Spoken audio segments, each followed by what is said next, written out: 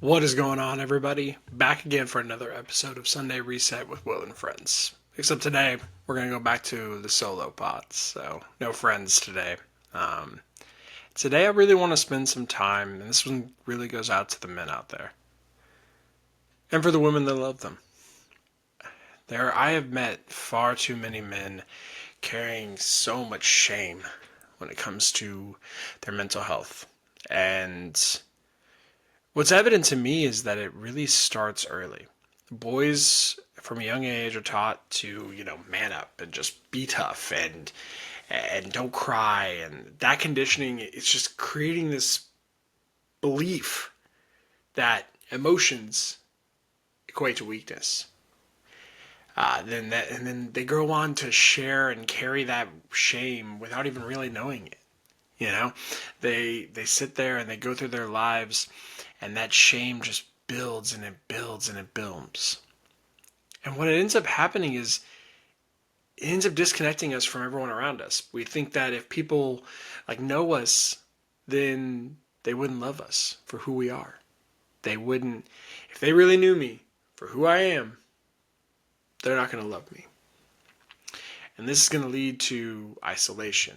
It leads to substance abuse. It leads to anger. It leads to your relationships breaking down because you have this ridiculous notion in your head of what you think you're supposed to be. You're supposed to be this. You're supposed to hold this standard.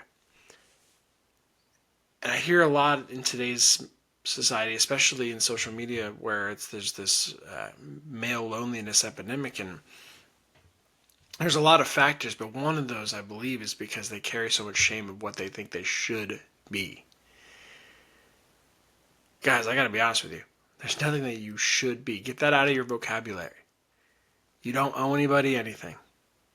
Just being a good person is enough.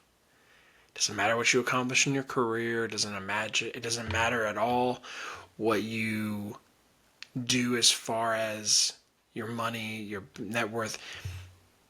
All anyone in your life needs of you is to be a good person. That's it. Outside of that, you know what? You owe no one anything. And that's really important. I need that to hit home for you, because once you unlock that level, once you come to that understanding, once you get to that place, and trust me, I struggled with it. For so long, I held myself to this unrealistic expectation of what I thought the world needed of me in order to be worthy of anybody's love. And all that led me to was a pit of despair and depression. And it fueled my anxiety, and it got me to a place where, frankly, I didn't want to be alive anymore. And I don't want that for any of you. So, how do we fix it? How do we get involved? And we all have different stories and backgrounds and unique experiences as to what got us here, but I can't fix that for any of you. What I can try to do is provide what I believe to be the root cause. And so, as I started this early enough, it starts early. That shame that you build inside of you comes from when you were a child. And then that leads to that disconnection we were just talking about. If people knew that about me. But what adds to the fuel to the fire is then vulnerability, which should be the antidote, which should be the thing that saves you, actually makes you feel like you're at risk. It makes you feel as though by being vulnerable with anybody around you, whatever facade bullshit you put up, all of a sudden, people are going to see right through it. And so you don't have the chance to be vulnerable anymore. You don't feel like if you do that, people are going to see you as anything other than a weak person. And so you don't. Even though vulnerability should be the antidote, you aren't vulnerable. You lock it in. And yet, despite the fact that the highest rate of suicide growth in the United States is middle-aged men. Period. Despite knowing that information, despite realizing that by us putting aside our bullshit and actually dealing with our problems would actually be the salvation, we would rather bottle it up inside, and as a result, it leads to our demise. So I want to make something abundantly clear. You're not weak for feeling. That just makes you human. I don't care what the Andrew Tates of the world tell you about fuck your feelings and all that shit. I'm sorry, no. You have feelings, you're aware of them, and you have to do something about it. You have to be an active participant in it. So you're not weak for feeling it, but you are weak if you're not willing to do something about it, to take ownership and own up to it, and as well as be vulnerable to people around you, because guess what? There's not a person alive in your life that would rather read your eulogy than listen to whatever story you have or whatever feeling you might have. I assure you of that. And if they do have a problem with that and they do feel the other way around, probably not someone you want in your life. That's the reality, whether you like it or not. So the other problem that we have with sharing, though, in today's society, especially again with social media, is that people feel as though sharing their struggles can feel like attention seeking, right? It's not that, though. Sharing your vulnerability, sharing the things that are going on in your life, and bringing people into the process is actually how you build connection. It's how you build camaraderie. It's how you can understand each other better. Because I can't tell you how many wonderful conversations I've had with friends in my life where until one of us took down our mask first and opened up, it didn't give permission for anybody else to do the same thing. And I can experience this firsthand. I remember it was right after my book came out, which if you've read it, I lay it all out there. I talk about all the things that I'm not proud of. And when I did that, not long after, I was on a trip with a couple of buddies of mine, two of my oldest friends. And we sat around there, and I remember we were up till about 4 a.m. just talking. It was our first night there. Because once I had kind of put it out there, they were like, wow, I didn't even realize we were friends this whole time, and I didn't even realize you were going through that. And then that led to someone else sharing a little bit about their story, and someone else sharing about their story. And soon we're building this connection. These are guys that I've known for 20 plus years.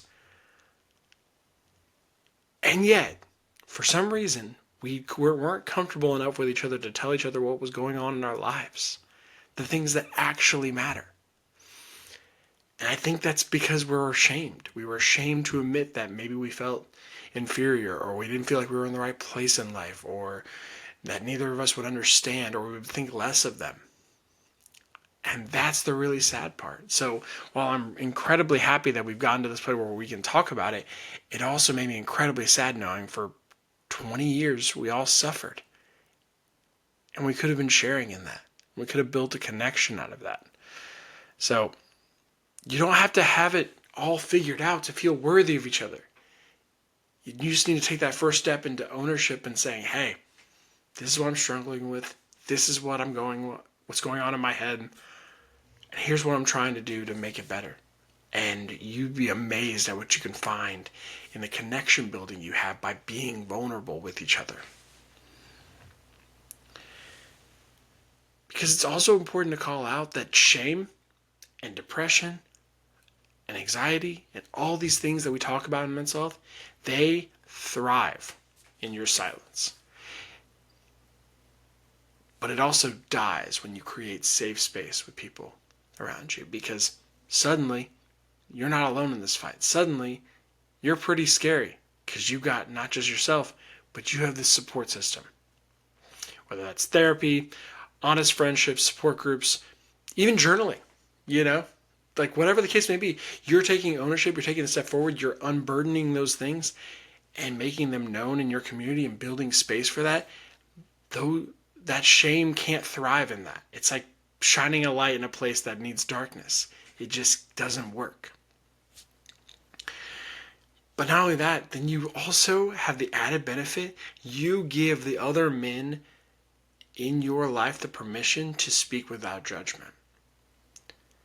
And that includes yourself, because it gets constantly reinforced back to you. As you share, they share. And as they share, you feel more comfortable sharing and going deeper and deeper and deeper. But it's important to realize, y'all, you can't heal what you hide. The more you try to put it in there, the more you try to tuck it away in a corner, the more you try to put it to the side and think that you'll deal with it another day, odds are high you will not deal with it ever. And so I want to say all this to say that, like, I know this also isn't easy, right? I know it's scary. Putting yourself out there is terrifying. It is the embodiment of everything that negative emotion feeds on, because it's like, wow, I put myself out there. And what if people reject it? What if people see me differently? What if they're nice to me? You know, they congratulate me on my vulnerability, but they think differently. And the truth is, if they really are that type of person, you don't want them in your life. So then anyone who's worthwhile in keeping with you, they're not going to see it that way. But again, your mind is a powerful thing. It plays tricks on you. And so you can't heal what you hide. And the only way to fix that is by bringing it out into the light, putting it out there for everybody else around you and making them and yourself feel much more comfortable. And God, I mean, when I think about where this whole journey has been for me, you know, my first thing I did prior to writing a book, prior to this podcast, prior to Instagram reel, all of that, it all started with me in a blog. It started with me telling the story that shaped the night that shaped the way I would see the world, the way I approach everything. It was the night that my girlfriend, Allison Shaver, died. And I told that story and I put it out there for the world, and it was really hard, and I cried writing it. And I didn't know how people were going to see it, because there's some people that knew parts of the story. They didn't know all the ends of it. But I knew that by holding it in me and not putting it out there, I took away the chance for somebody else, for that story to be their survival guide. It was something that they could find within themselves, and it could give them relief in knowing that somebody else has been through something similar to them. And I was taking that away by not putting it out there. So guys, talking about your shame doesn't make you broken. It makes you brave. It makes you brave. It makes you someone that people can admire, because, wow, that person, trust me, I've seen it firsthand. Yeah, occasionally I get some shitty person on the internet who decides to give me a hard time. But they're the more broken one, as far as I'm concerned. They're the one that I feel bad for. The vast majority of people have been overwhelmingly positive, and they admire what I put out there, and they acknowledge what bravery that takes and what courage really looks like. And the more we normalize these conversations, the less power the shame has for all of us. It's not just your boogeyman, it's everyone's boogeyman. It's everyone's thing that's feeding in the back of their minds. And so I truly, in my heart of hearts, believe it's why I care about this mission. It's why I'm still doing this years and years later. I have a day job. I have other things I do. This is something that I do for passion because I care so much about it. Yes, would I love to live in a world where one day this becomes my full-time job? Absolutely. I'm not going to deny that. But for now, I still keep doing it years later because I care so deeply about normalizing these conversations, because I want to take the power that shame and guilt and all the negative emotions like anxiety and depression have. I want to take their power away by shining light on all of it. So the beautiful part of all this, though, and my mission from the very beginning, was to make people feel less alone in their struggle. But guess what you realize in the process? Not only are you not alone, you never were. No, your anxiety convinced you that. Your depression convinced you that you were alone. But as you continue to build these bridges by being vulnerable, as you continue to be there for other people as they share their vulnerability with you, we show that you were never alone. We just needed to have the key, and the key is your vulnerability. You being the one. People hear the title of my book, One Step Forward, and they assume that it refers to like one step at a time, one step in the right direction. And that's a good motivation, and I like that a lot. But truthfully, where it came from to me was deriving from the idea that I'll be the one to step forward. I'll be the one to put my foot out there, tell my story, put it out there so that other people feel less alone in their struggle, in the hopes that by me doing this, it then empowers everybody else around me to do the same thing. But I can't do this alone, and I don't want to. And so I want to empower all of you. Please, if you're listening to this, talk to one person in your life. Share one dark detail that you have been afraid to put out there. You would be amazed at what comes of that. You would be amazed at the connections you can build with your friends, with your family, with the people that matter most to you. All because you took that step forward. So, I want to leave you all with something to kind of encapsulate all this. One, shame starts early. It's silent. It's going to stick with you. It's going to stick with you. So you have to start early. If you're already an adult, get in front of the kids. You can't do anything about your past stuff, but you can do something about your future. But get in front of the kids you know now and establish that early on. That vulnerability is not weakness. 2, shame, it disconnects us from everybody else. When in reality, the vulnerability is what will bring us all together. 3, you're not weak for feeling something that just makes you fucking human. 4, shame thrives in silence. But it also dies in safe spaces. And 5, your story can be somebody else's survival guide. If there's anything you take away from this episode, it's those 5 bullet points. As always, be kind to each other. I appreciate you all for listening.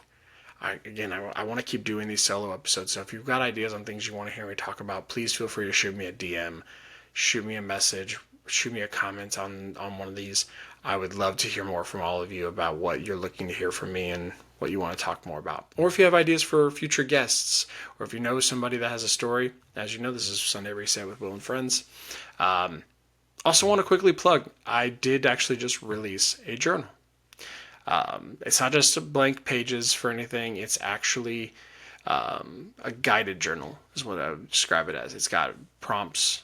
It's got questions to ask you to get your mind thinking, because I get it. Staring at a blank page is pretty intimidating. So that was never my goal with this. I actually want this to be actionable. I can talk all I want. The best way to help people is to get them actively participating in their own healing. So that's my solution to that. So it's available on Amazon. It's $9.99. Or sorry, maybe it's $10. It's $10.99. $10.99. So feel free to grab that. And again, be kind to each other. Be kind to yourself. That was just as important. So I love you all. Thank you very much.